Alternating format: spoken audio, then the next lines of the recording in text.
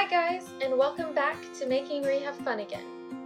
Today I'm going to teach you how to make a clothespin switch for your Xbox Adaptive Controller. First, I'm going to review the equipment and supplies you will need to make your switch.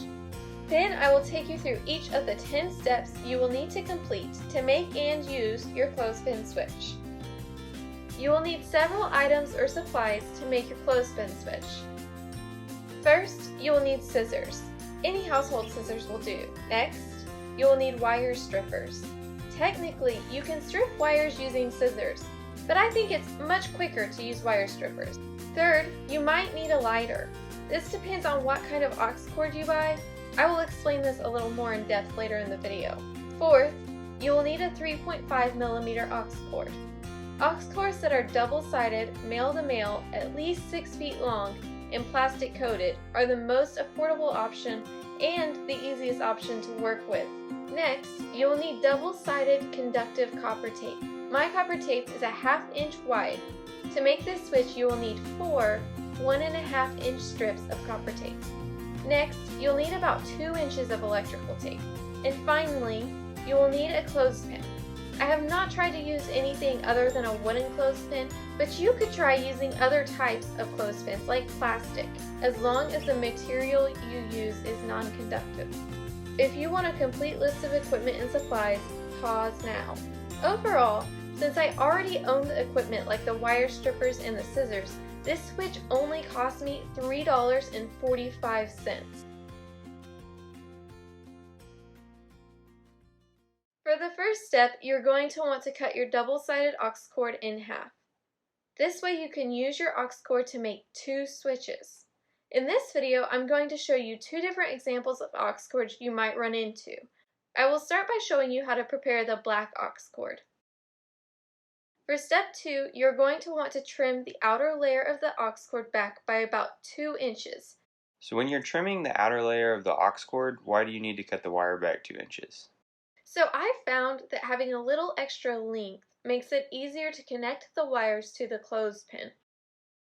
For the third step, you want to separate the ground wire from the red and white cords. This just makes it easier to work with.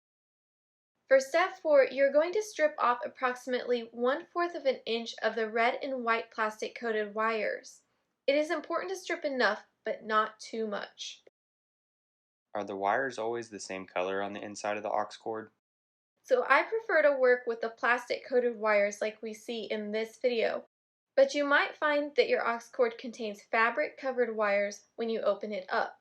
These might be colored orange, green, and red, for instance. You cannot strip fabric covered wires using a wire stripper. Let me show you an example. For this aux cord, the orange wire is the ground wire. When I'm working with this type of aux cord, I found that it's easier to simply go ahead and remove this wire. For the remaining red and green wires, you will need to use a lighter to burn the fabric off the very tips of the wires. Be careful not to burn yourself or to burn too much of the wire. So for the purposes of this video, I'm actually going to use the black aux cord with the plastic coated red and white wires. For step 5, you will need to cut 4 1.5 inch strips of double-sided conductive copper tape. This does not have to be perfect, but you do want to have enough to go around the tips of your clothespin with some overlap. Why do you not want the tape to overlap the end of the clothespin? Copper tape sticks better to itself than to the wood. Therefore, I made sure it has some overlap so it doesn't fall off. For step 6, you will need to cover each end of your clothespin with copper tape. You will need to leave at least 1 millimeter between the edge of the clothespin and the edge of the copper tape. I have found that it's much easier to apply the copper tape to the inside of the clothespin before wrapping it around to the outside of the clothespin.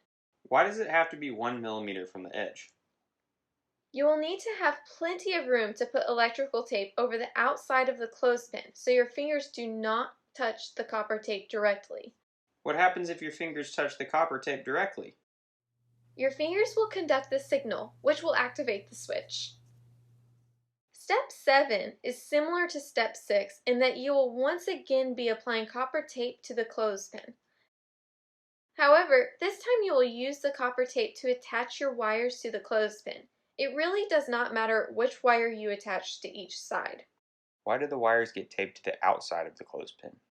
If the wires are attached to the inside, then you will not be able to open the clothespin all the way.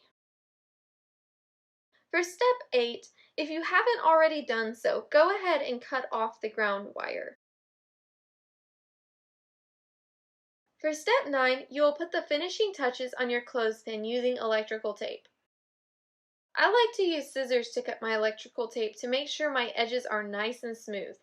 You will want to use your electrical tape to completely cover the edges of the copper tape on the top and sides of the clothespin. However, you want to be careful that your electrical tape does not prevent the copper tape in the middle of the clothespin from touching.